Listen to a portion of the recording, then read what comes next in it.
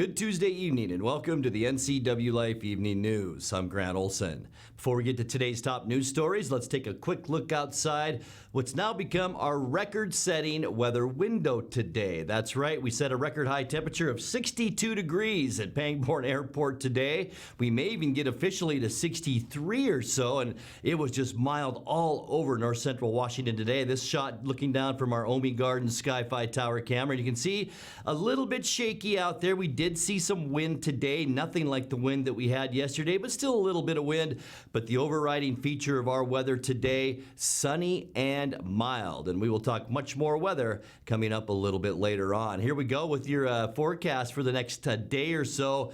Wind today, we thought it would be a little bit breezier today with winds about 20 to 30 miles an hour. That did happen in parts of the Columbia Basin and down in the Palouse, but not so much here. Wednesday, I think we'll see a bit of wind as well, but most of that should stay in eastern Washington. I think in Wenatchee, we'll see winds on Wednesday, mainly between 10 and 15 miles an hour. And we'll talk more about that as well coming up later on. And now a few of the stories we're following for you tonight. The new restrooms at Met Howe Park in Wenatchee have been vandalized once again. The Wenatchee man who led local police on a DUI chase back in November earned a 9-month jail sentence on Monday.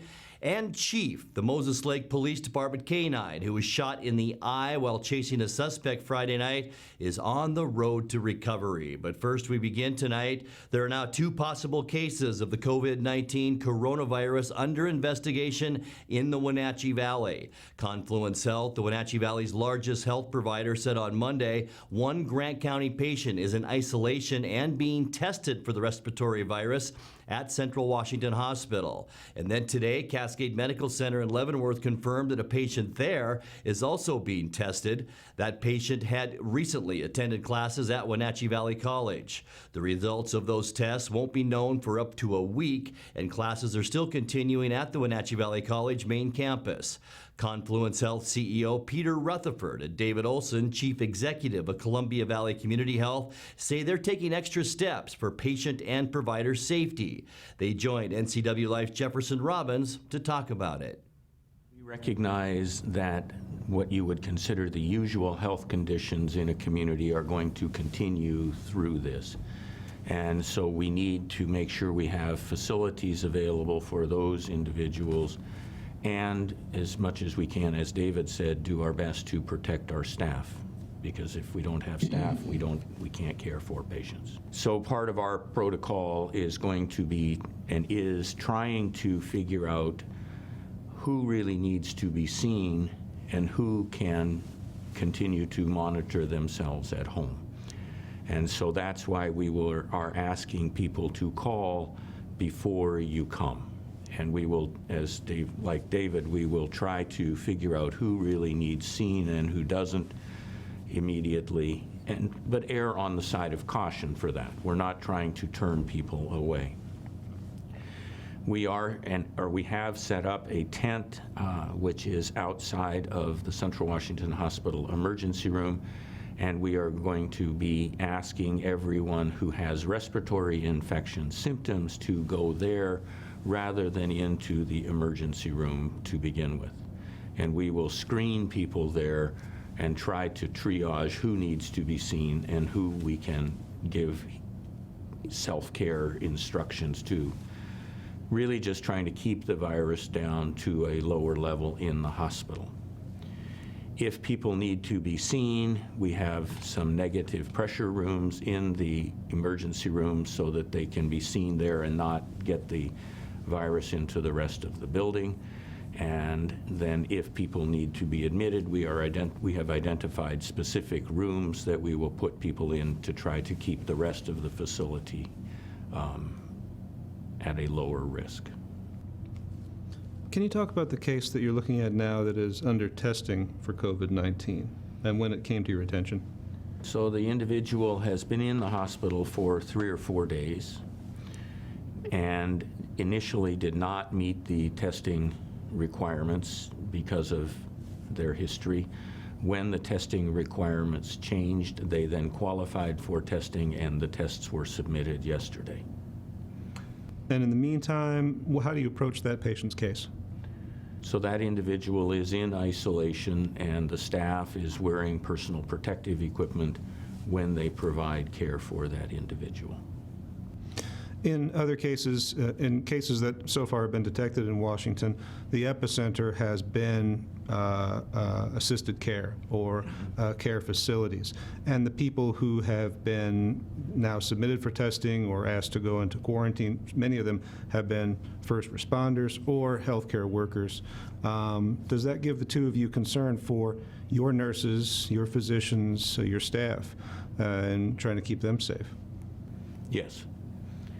But we are now, there is a heightened awareness, and we will be using personal protective equipment for patient individuals who are in the departments like the emergency room or the intensive care unit, who are at a higher risk of exposure to this infectious organism. We do the same thing. We have some very stringent rules about who's going to be taking care of these kind of patients. Those personnel are going to have a heightened level of protection in terms of the equipment they're using. For somebody who doesn't really have a lot of direct patient care, me, I'm not going to be wearing anything special. But the nursing staff, the clinical staff, the providers, we will be giving them extra protection. 9 people have now died in Washington from COVID-19 infections, all in King and Snohomish counties. Rutherford and Olson both say COVID-19 is likely to amount to just a bad cold for most patients, but those who are elderly, have compromised immune systems, or already have respiratory ailments are vulnerable to advanced infection.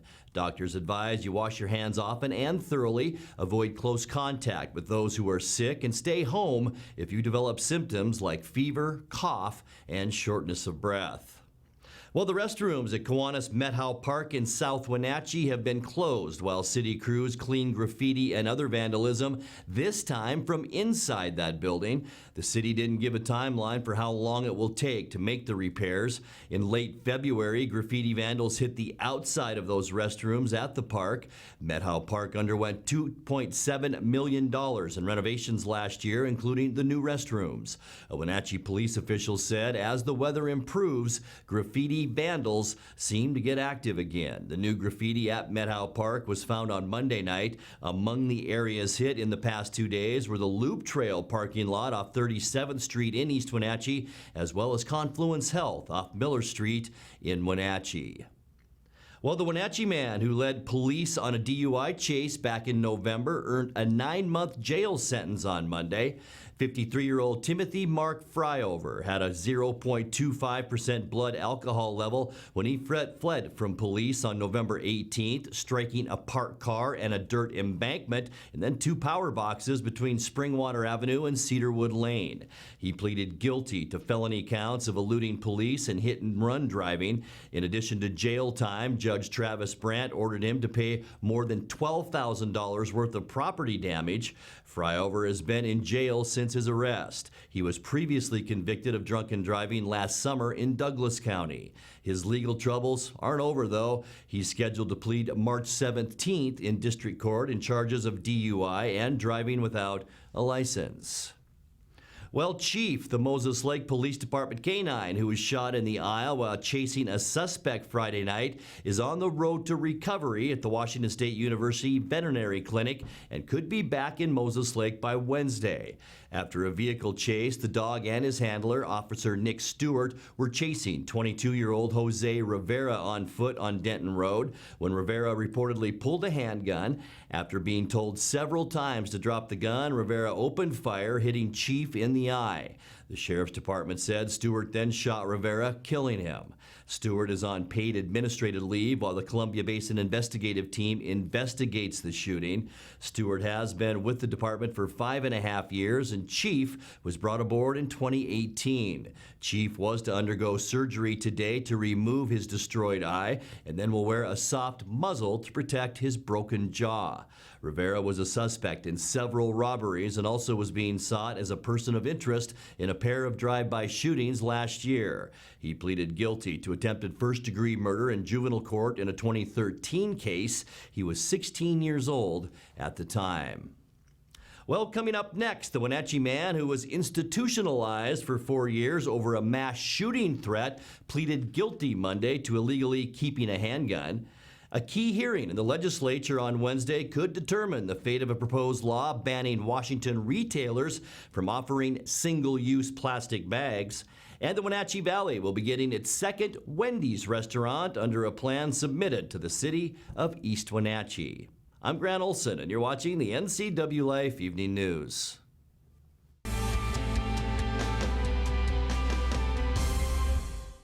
When it comes to finding a memory care community, you want the very best. You want to know that your loved one is safe and receiving compassionate care in a loving environment.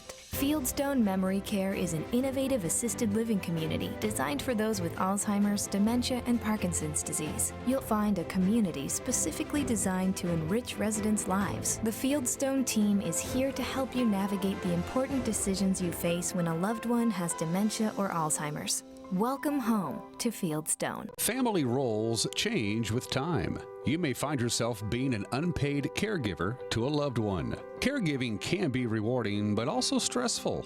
Taking care of yourself is vital. Aging and Adult Care of Central Washington has low or no cost services for unpaid caregivers, such as in-home support, care supplies, and counseling. Connect in your local area by calling Aging and Adult Care at 800-572-4459 and mention you're interested in caregiver support. It's a marvelous markdown at Sangster Buick GMC. Hi, Corey Sangster, and we're ending the year with a bang. Take advantage of employee pricing on a great selection of new Buick and GMCs. 2019 GMC Sierra 1500 Crew SLT with savings over $11,000. Or this 2019 Buick Encore all-wheel drive up to $7,000 off. Or choose employee pricing. Before you buy, compare price, service, and selection. December is a marvelous markdown at Sangster Buick GMC or sangstermotors.com.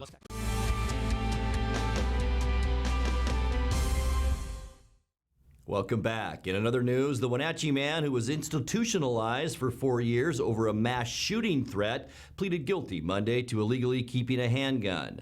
Joshua Brent Stuller, who's 31, pleaded guilty in Douglas County Superior Court to second-degree unlawful possession of a firearm. His insanity plea in 2016 to 7 counts of felony harassment barred him by law from owning guns.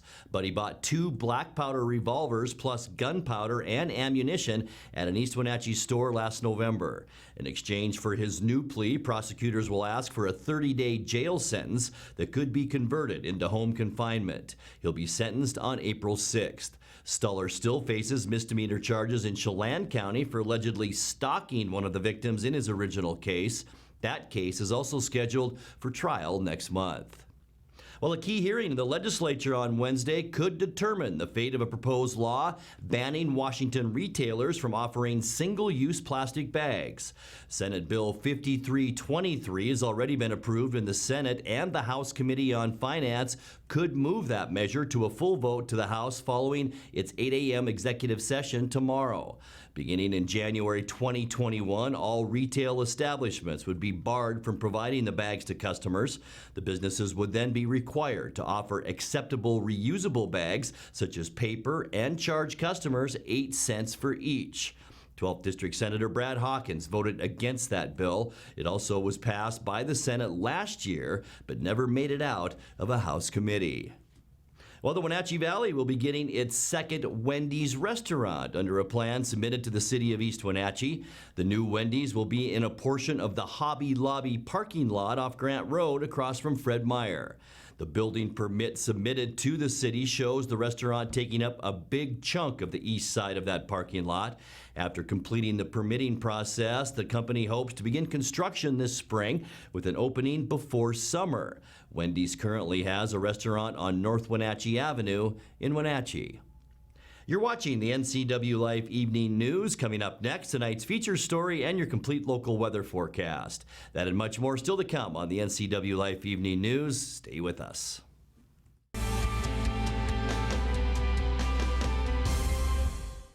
Arctic Refrigeration and Heating has been serving North Central Washington for 34 years. Arctic provides the finest heating and cooling air quality products for residential and commercial customers, along with prompt and professional customer service. Arctic also offers specialty services like custom sheet metal fabrication of ductwork, coil cleaning, as well as planned fall and spring maintenance for the overall well-being of your system. Arctic is available for emergency calls 24/7. Call Arctic Refrigeration and Heating for your heating and cooling needs.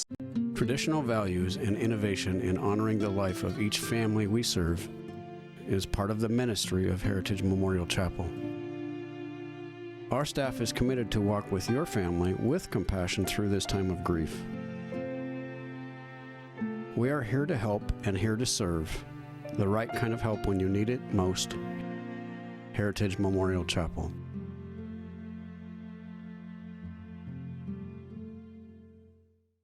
The two hottest pickups in America are at Town Chrysler Jeep Dodge Ram. First, the Ram 1500 with back-to-back Truck of the Year awards from Motor Trend, and now the Car and Driver 10 Best list for 2020. They call it a luxury sedan with pickup capabilities. Ram is on a roll now with third-generation EcoDiesel power. Next up, the Jeep Gladiator, also a 2020 10 Best model based on the new award-winning Jeep Wrangler. It has options and capabilities that no other truck can offer. Two more reasons when it comes to buying a truck: there's no reason to leave town.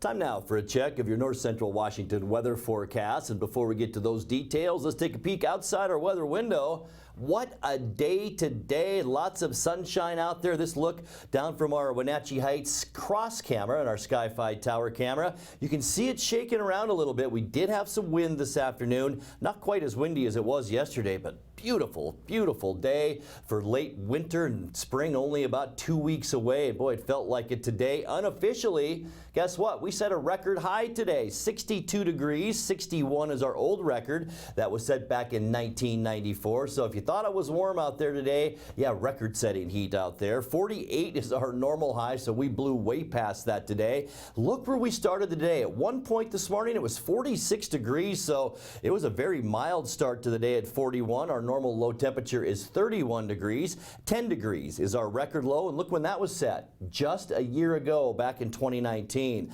We're still at 1.21 inches for precipitation for the year, about 7/10 below where we should be for this time of year. Sunrise 6:36, sun will set tonight at 5:50. Let's take a look and see how your hump day Wednesday is going to shape up. One thing that'll jump out for sure is much cooler temperatures. We won't see any 60s in our forecast tomorrow, mainly because we'll see more clouds. We're going to call it mostly cloudy. 56 for Moses Lake, 55 Ephrata, low 50s, Quincy, Wenatchee 51, and then about 50 from Kashmir all the way up into Chelan, Omak. You folks tomorrow, once again, your high temperature at about 50 degrees. We will see a few clouds out there tonight. We'll call it partly cloudy. Our big feature, though, will be some windy conditions out of the northwest. Let's just call that breezy. Most of the winds will stay up into southern British Columbia and also into Alberta and Saskatchewan, but some of those will funnel down that Purcell Trench that brings us some of the winds here in the Wenatchee Valley. Wednesday, a little bit windier, 10 to 20 mile an hour west winds for us.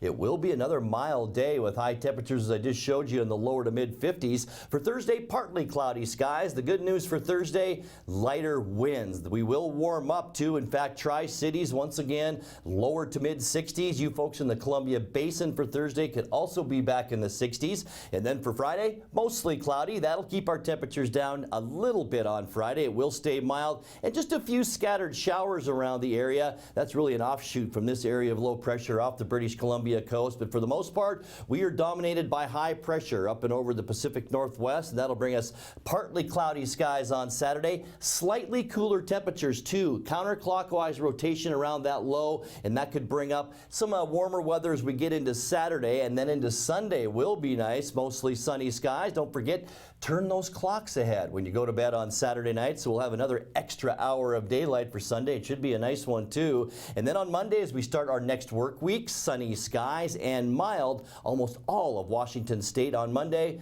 with sunny skies. Let's take a look now at your Patriot Plumbing, Heating and Cooling 7-day forecast. Tonight, expect another mild one out there, 36 degrees. We'll see sunny and windy conditions for Wednesday, 10 to 20 miles an hour out of the west. 55 for Thursday, a little bit bit of a warm-up as we see a southwesterly flow for Thursday. 53 Friday. We drop back into the upper 40s on Saturday under partly cloudy skies. Normal weather for Sunday, and then above normal once again on Monday. Sunny skies and 52 degrees. And that's a look at your local weather forecast. Coming up next, tonight's sports report with Eric Granstrom and more as the NCWLIFE Evening News continues right after this.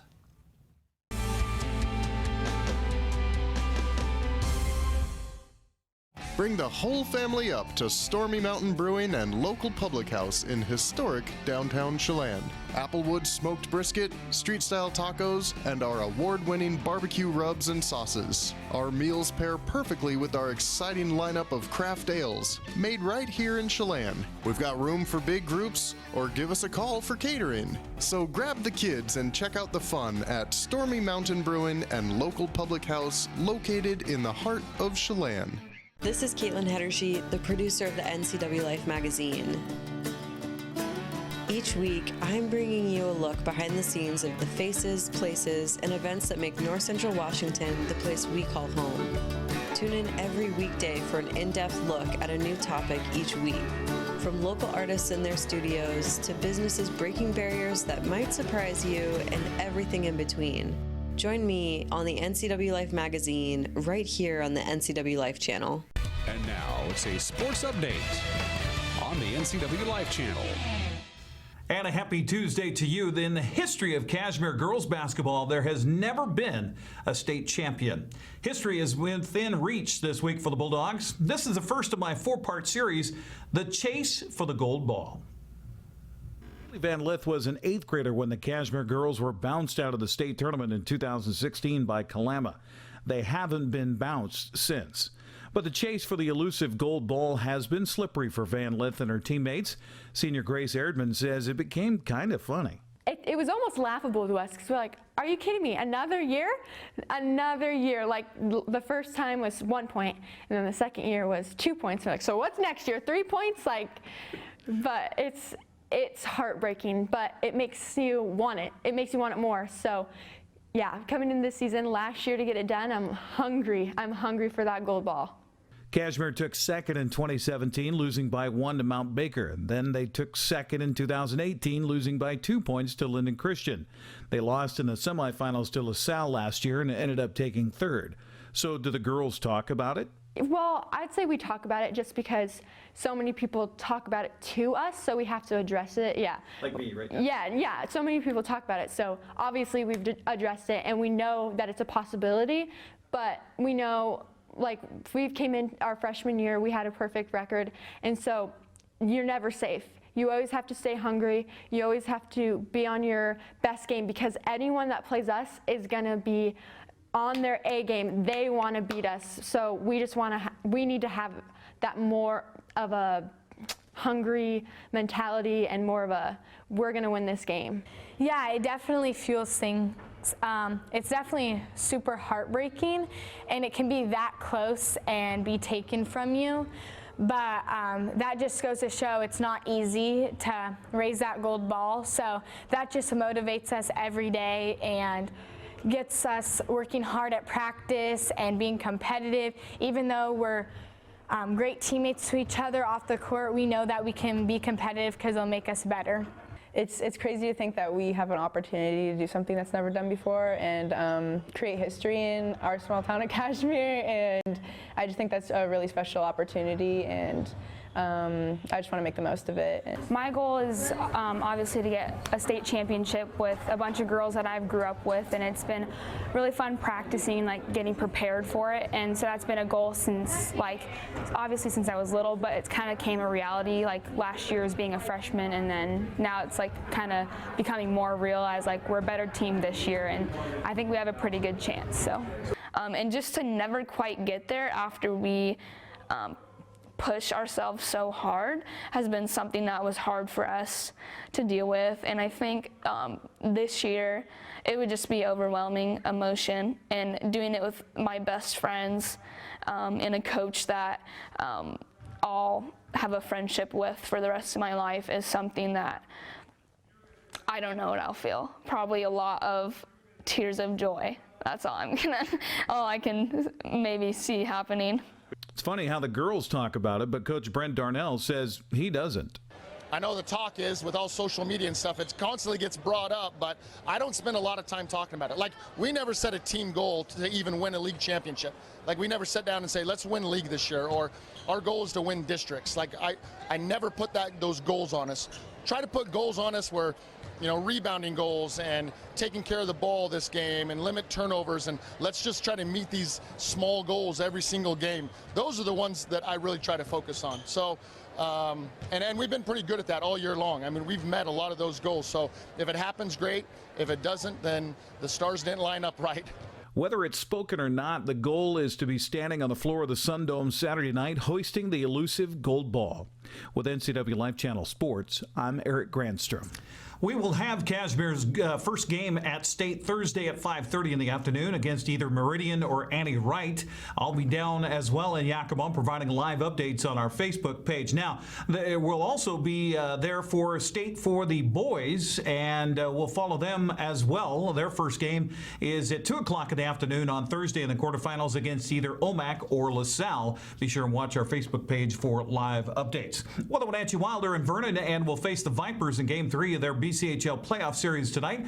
The series tied at a game apiece after a weekend split at the Town Toyota Center. Puck will drop tonight to the Cal Tire Place at 7 o'clock. Game 4 also is in Vernon tomorrow at 7 before the teams return to Wenatchee for Game 5 Friday at 7:05. You can hear the game locally with our buddy Arch Ecker on 560 KPQ. You can also watch it on Hockey TV. Well, here's what we have on tap for the NCWLIFE sports schedule this week. It begins tonight with the re-airing of that incredible playoff basketball game between the Eastmont and Wenatchee boys. That'll be at 7 tonight. Then Thursday, as we mentioned, we'll have Cashmere girls live at the quarterfinals of the State 1A tournament against either Meridian or Annie Wright at 5:30. Then at 7:30, hockey night, game 1 of the playoff series between Wenatchee and Vernon. Friday and Saturday are up in the air pending outcomes from earlier games at the state tournament. We hope to have Cashmere girls in the semis Friday night at 7, and then the boys and girls for the championship Saturday at 7 and 9 o'clock, but that is to be determined. Well, the Mariners got roughed up in the desert yesterday, falling to Colorado 9-6. Evan White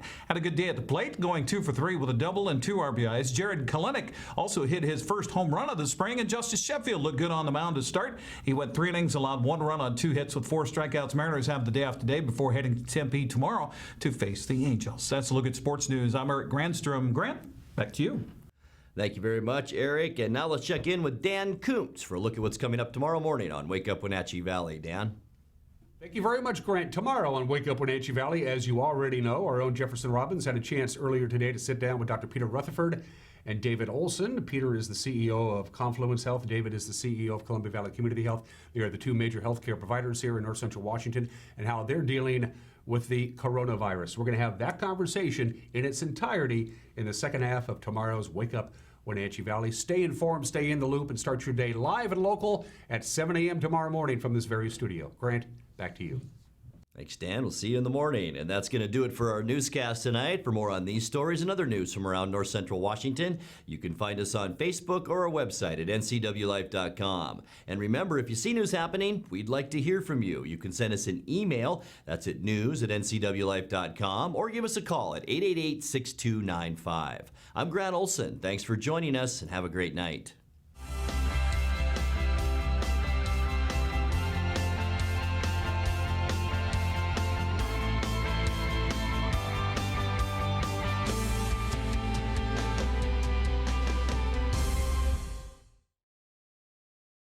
With TV advertising, what we want to do is more deeply connect with the community.